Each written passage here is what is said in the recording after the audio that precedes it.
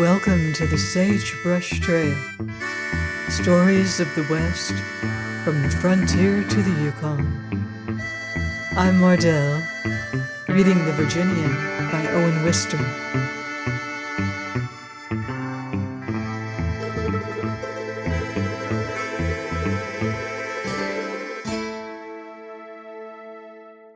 Chapter 29, Word to Bennington. They kept their secret for a while, or at least they had that special joy of believing that no one in all the world but themselves knew this that had happened to them.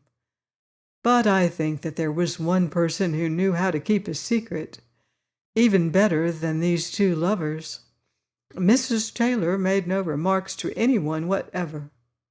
Nobody on Bear Creek, however, was so extraordinarily cheerful and serene. That peculiar severity which she had manifested in the days when Molly was packing her possessions had now altogether changed. In these days she was endlessly kind and indulgent to her dearie.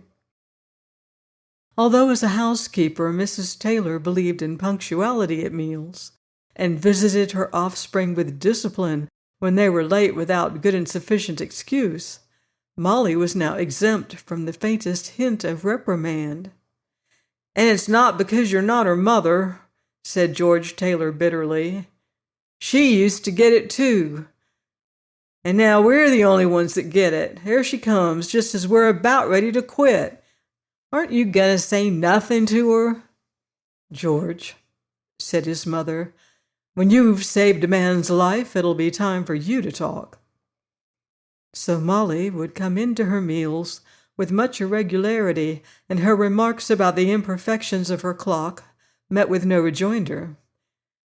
And yet one can scarcely be so severe as had been Mrs. Taylor and become wholly as mild as milk. There was one recurrent event that could invariably awaken hostile symptoms in the dame. Whenever she saw a letter arrive with the Bennington postmark upon it, she shook her fist at that letter. "What's family pride?" she would say to herself. "Taylor could be a son of the Revolution if he'd a mind to. Wonder if she's told her folks yet." And when letters directed to Bennington would go out, Mrs. Taylor would inspect every one as if its envelope ought to grow transparent beneath her eyes and yield up to her its great secret, if it had one. But in truth these letters had no great secret to yield up until one day. Yes, one day Mrs. Taylor would have burst, were bursting a thing that people often did. 3 letters were the cause of this emotion to Mrs. Taylor's part, one addressed to Bennington, one to Dunbarton, and the third, here was the great excitement, to Bennington, but not in the little schoolmarm's delicate writing. A man's hand had traced those plain, steady vowels and consonants. "It's come!" exclaimed Mrs. Taylor at this sight. "He's written to her mother himself." That is what the Virginian had done, and here is how it had come about. The sick man's convalescence was achieved. The weeks had brought back to him not his whole strength yet. That could come only by many miles of open air on the back of Monty, but he was strong enough now to get strength. When a patient reaches this stage, he is out of the woods. He had gone for a little walk with his nurse. They had taken, under the doctor's recommendation, several little such walks, beginning with a 5-minute one, and at last today accomplishing 3 miles. "No, it's not been too far," said he. "I'm afraid I could walk twice as far." "Afraid?" "Yes, because it means I can go to work again. This thing we have had together is over." For reply she leaned against him. "Look at you," he said. "Only a little while ago you had helped me to stand on my legs. And now—" For a while there was silence between them. "I've never had a right-down sickness before," he presently went on. "Not to remember, that is. If any person had told me I could enjoy such a thing. He said no more, for she reached up, and no more speech was possible. "How long has it been?" he next asked her. She told him. "Well, if it could be forever. No, not forever with no more than this. I reckon I'd be sick again. But if it could be forever with just you and me and no one else to bother with. But any longer would not be doing right by your mother. She would have a right to think ill of me." "Oh," said the girl, "let us keep it." "Not after I'm gone. Your mother must be told." "It seems so. Can't we?" "Oh, why need anybody know?" "Your mother ain't anybody. She is your mother. I feel mighty responsible to her for what I have done." "But I did it." "Do you think so? Your mother will not think so. I'm going to write to her today." "You write to my mother? Oh, then everything will be so different. They will all—" Molly stopped before the rising visions of Bennington. Upon the fairy tale that she had been living with her cowboy lover broke the voices of the world. She could hear them from afar. She could see the eyes of Bennington watching this man at her side. She could imagine the ears of Bennington listening for slips in his English. There loomed upon her the round of visits which they would have to make, the ringing of the doorbells, the waiting in drawing rooms for the mistress to descend and utter her prepared congratulations, while her secret eye devoured the Virginian's appearance and his manner of standing and sitting. He would be wearing gloves instead of French gauntlets of buckskin, and a smooth black coat and waistcoat. How could they perceive the man he was? During those short, formal interviews, what would they ever find out of the things she knew about him, the things for which she was proud of him? He would speak shortly and simply. They would say, "Oh, yes, and how different you must find this from Wyoming," and then after the door was shut behind his departing back, they would say, he would be totally underrated, not in the least understood. Why should he be subjected to this? He should never be. Now, in all these half-formed, hurried, distressing thoughts which streamed through the girl's mind, she altogether forgot one truth. True it was that the voice of the world would speak as she imagined. True it was that in the eyes of her family and acquaintance, this lover of her choice would be examined even more like a specimen than are other lovers upon these occasions, and all accepted lovers have to face this ordeal of being treated like specimens by the other family. But dear me, most of us manage to stand it, don't we? It isn't perhaps the most delicious experience that we can recall in connection with our engagement, but it didn't prove fatal. We got through it somehow. We dined with Aunt Jane and wined with Uncle Joseph, and perhaps had 2 fingers given to us by old Cousin Horatio, whose enormous fortune was of the greatest importance to everybody, and perhaps fragments of the other family's estimate of us subsequently reached our own ears. But if a chosen lover cannot stand being treated as a specimen by the other family, he's a very weak vessel and not worth any good girl's love. That's all I can say for him. Now the Virginian was scarcely what even his enemy would term a weak vessel, and Molly's jealousy of the impression which he might make upon Bennington was vastly superfluous. She should have known that he would indeed care to make a good impression, but that such anxiety on his part would be wholly for her sake, and that in the eyes of her friends she might stand justified in taking him for her wedded husband. So far as he was concerned apart from her, Aunt Jane and Uncle Joseph might say anything they pleased, or think anything they pleased. His character was open for investigation. Judge Henry would vouch for him. This is what he would have said to his sweetheart, had she but revealed to him her perturbations. But she did not reveal them, and they were not of the order that he with his nature was likely to divine. I do not know what good would have come from her speaking out to him, unless that perfect understanding between lovers, which indeed is a good thing. but I do not believe that he could have reassured her, and I am certain that she could not have prevented his writing to her mother. Well, then, she sighed at last, if you think so, I will tell her.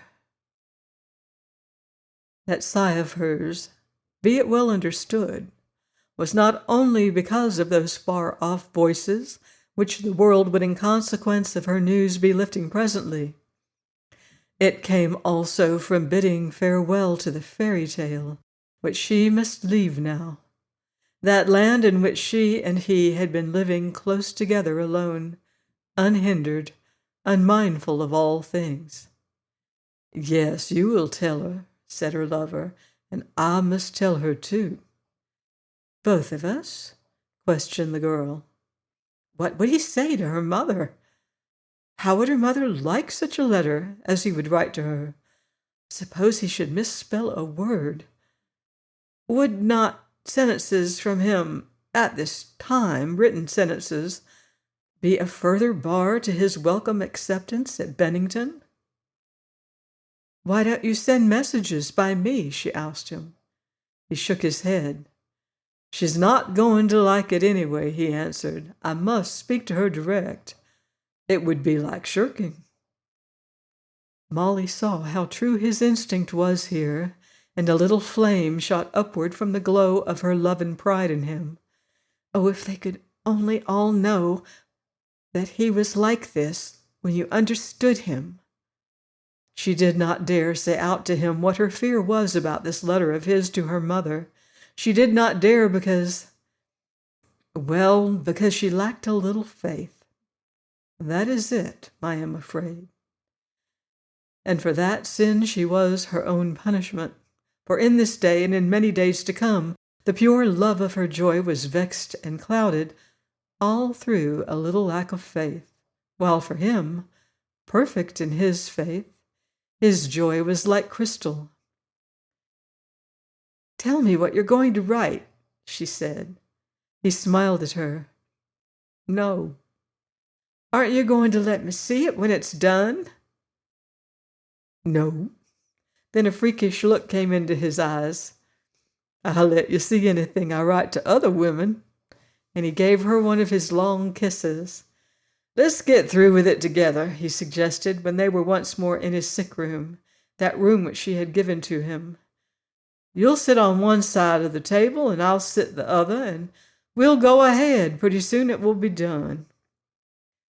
Oh, dear, she said. Yes, I suppose that is the best way. And so accordingly they took their places. The inkstand stood between them. Beside each of them she distributed paper enough almost for a presidential message. And pens and pencils were in plenty. Was this not the headquarters of the Bear Creek Schoolmarm?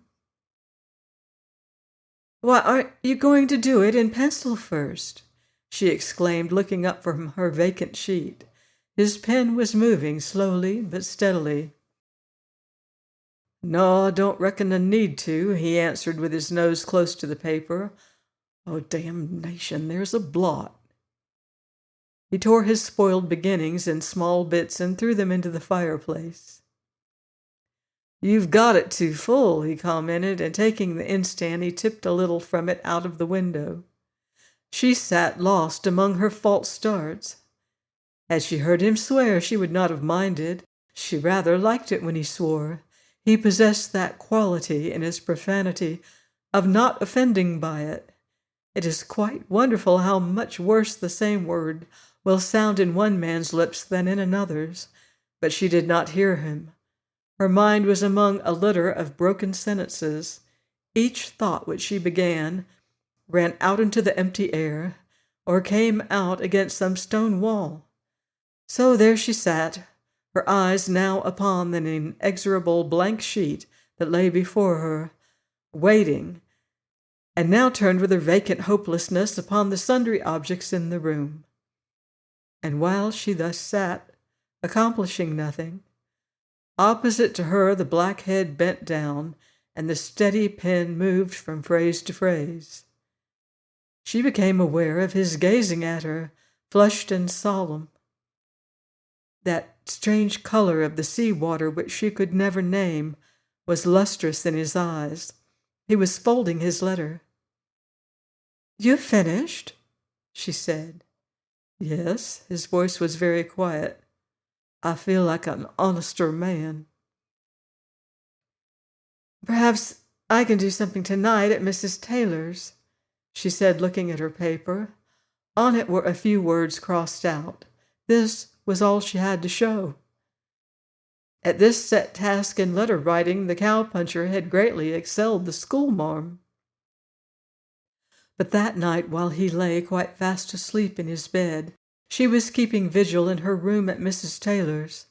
Accordingly, the next day those 3 letters departed for the mail, and Mrs. Taylor consequently made her exclamation, "It's come!" On the day before the Virginian returned to take up his work at Judge Henry's ranch, he and Molly announced their news. What Molly said to Mrs. Taylor, and what Mrs. Taylor said to her, is of no interest to us, though it was of much to them. But Mr. McLean happened to make a call quite early in the morning to inquire for his friend's health. "Lynn," began the Virginian, "there's no harm in your knowing an hour or so before the rest. I am—" "Lord," said Mr. McLean indulgently, "everybody's knowed that since the day she found you at the spring." "It was not so then," said the Virginian crossly. "Lord, everybody's knowed it right along." Said the Virginian. "I didn't know that this country was that rank with gossips." Mr. McLean laughed mirthfully at the lover. "Well," he said, "Mrs. McLean will be glad. She told me to give you her congratulations quite a while ago. I was to have 'em ready just as soon as ever you asked for 'em yourself."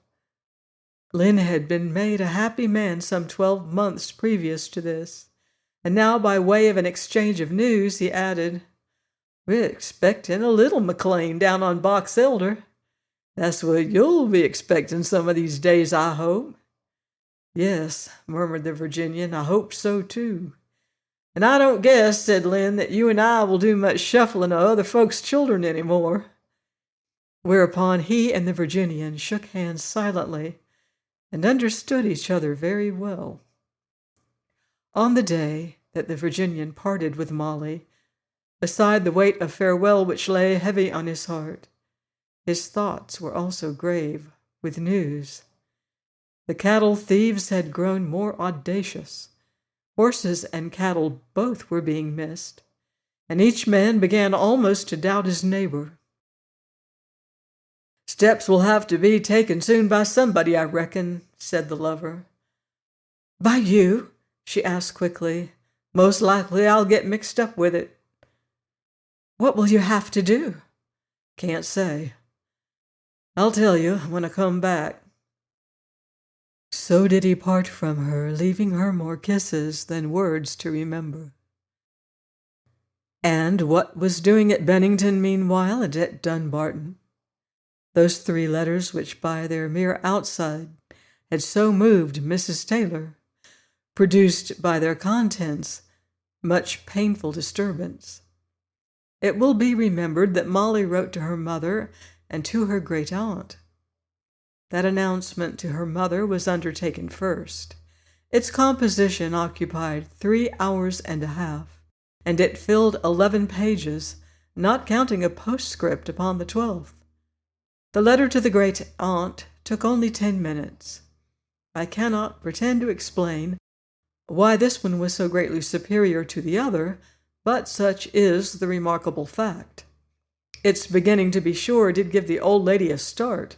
She had dismissed the cowboy from her probabilities. "Tut, tut, tut!" she exclaimed out loud in her bedroom. "She has thrown herself away on that fellow." But some sentences at the end made her pause and sit still for a long while. The severity upon her face changed to tenderness gradually. "Ah me," she sighed, "if marriage were as simple as love." Then she went slowly downstairs and out into her garden, where she walked long between the box borders. "But if she found a great love," said the old lady at length, and she returned to her bedroom and opened an old desk and read some old letters. There came to her the next morning a communication from Bennington.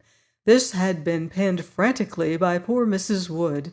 As soon as she had been able to gather her senses, after the shock of her daughter's 11 pages and the postscript, the mother had poured out 8 pages herself to the eldest member of the family. There had been indeed much excuse for the poor lady.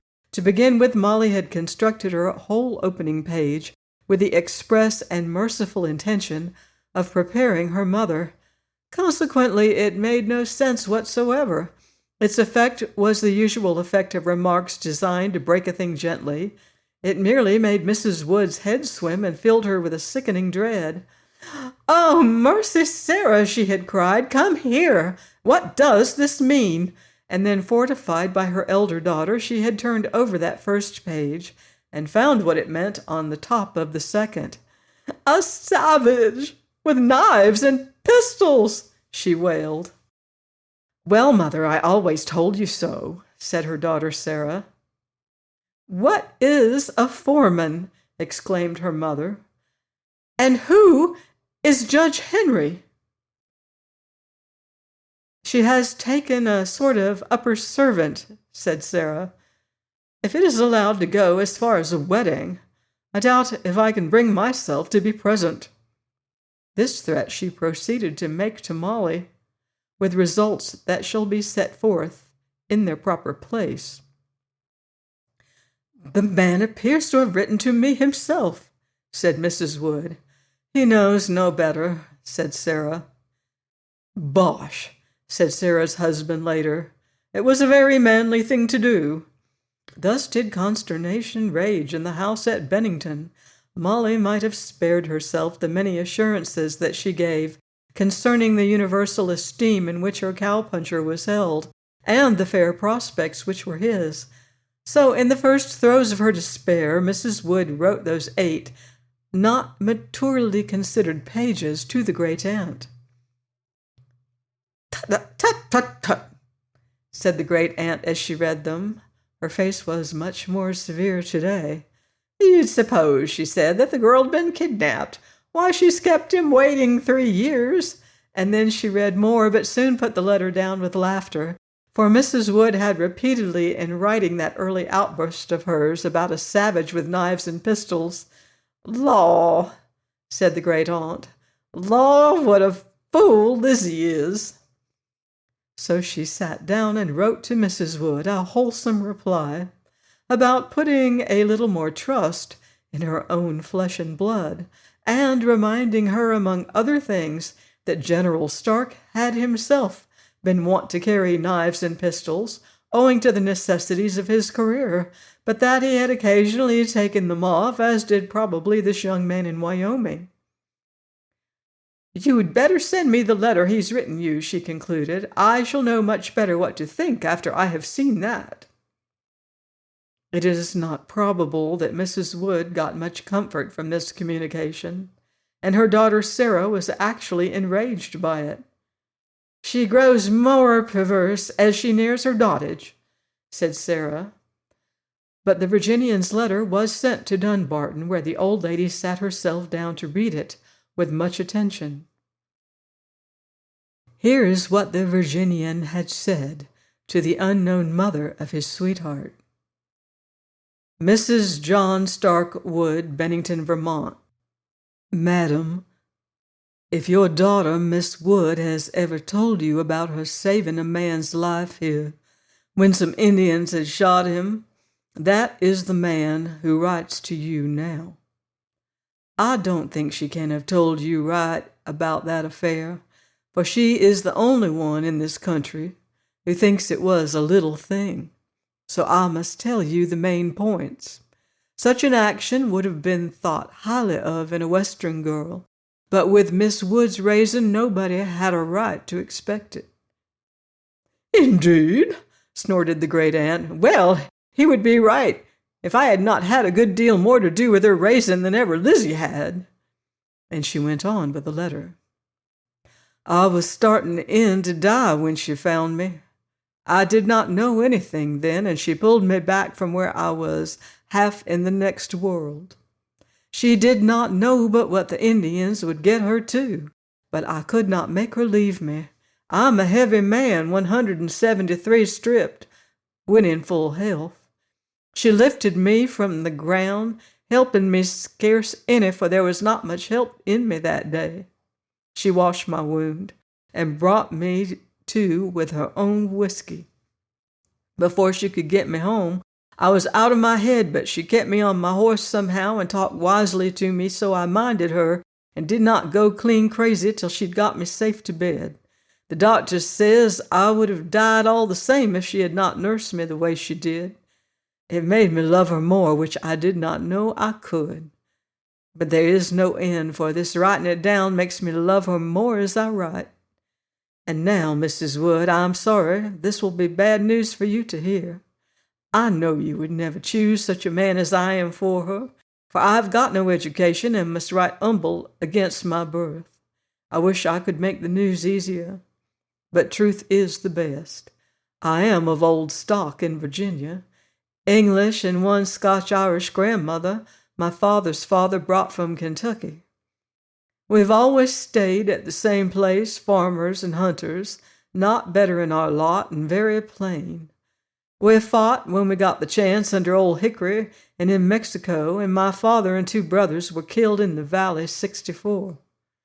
Always with us, one son has been apt to run away, and I was the one this time. I had too much older brethren to suit me.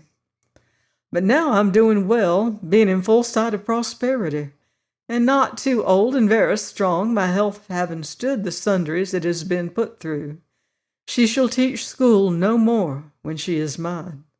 I wish I could make this news easier for you, Mrs. Wood. I do not like promises. I've heard so many. I will tell any man of your family anything he likes to ask one, and Judge Henry would tell you about my reputation. I've seen plenty rough things, but can say I have never killed for pleasure or profit, and am not one of that kind, always preferring peace. I've had to live in places where they had courts and lawyers so-called, but an honest man was all the law you could find in 500 miles. I have not told her about those things, not because I'm ashamed of them, but there are so many things too dark for a girl like her to hear about. I'd better tell you the way I know I love Miss Wood. I'm not a boy now, and women are no new thing to me. A man like me who has traveled meets many of them as he goes and passes on, but I stopped when I came to Miss Wood. That is 3 years, but I have not gone on. What right has such as he, you will say? So did I say it after she had saved my life. It was hard to get to that point and keep there with her around me all day. But I said to myself, you have bothered her for 3 years with your love. And if you let your love bother her, you don't love her like you should, and you must quit for her sake who has saved your life. I did not know what I was going to do with my life after that, but I supposed I could go somewhere and work hard, and so, Mrs. Wood, I told her I would give her up. But she said no. It is going to be hard for her to get used to a man like me. But at this point, in the Virginian's letter, the old great-aunt could read no more. She rose and went over to that desk where lay those faded letters of her own. She laid her head down upon the package, and as her tears flowed quietly upon it, "Oh, dear," she whispered, "oh, dear. And this is what I lost." To her girl upon Bear Creek, she wrote the next day, and this word from Dunbarton was like balm among the harsh stings Molly was receiving. The voices of the world reached her in gathering numbers, and not one of them, save her great-aunt's, was sweet. Her days were full of hurts, and there was no one by to kiss the hurts away, nor did she even hear from her lover any more now. She only knew he had gone into the lonely regions upon his errand. That errand took him far, across the basin, among the secret places of Owl Creek, past the Washakie Needles, over the divide to Gros Ventre, and so through a final barrier of peaks, into the borders of East Idaho. There, by reason of his bidding me, I met him, and came to share in a part of his errand. It was with no guide that I traveled to him. He had named a little station on the railroad, and from thence he had charted my route by means of landmarks. Did I believe in omens, the black storm that I set out in upon my horse would seem like one today.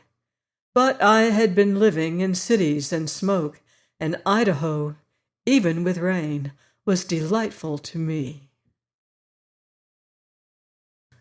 Join me here next week on the Sagebrush Trail for more Western romance and adventure in the Virginian by Owen Wister.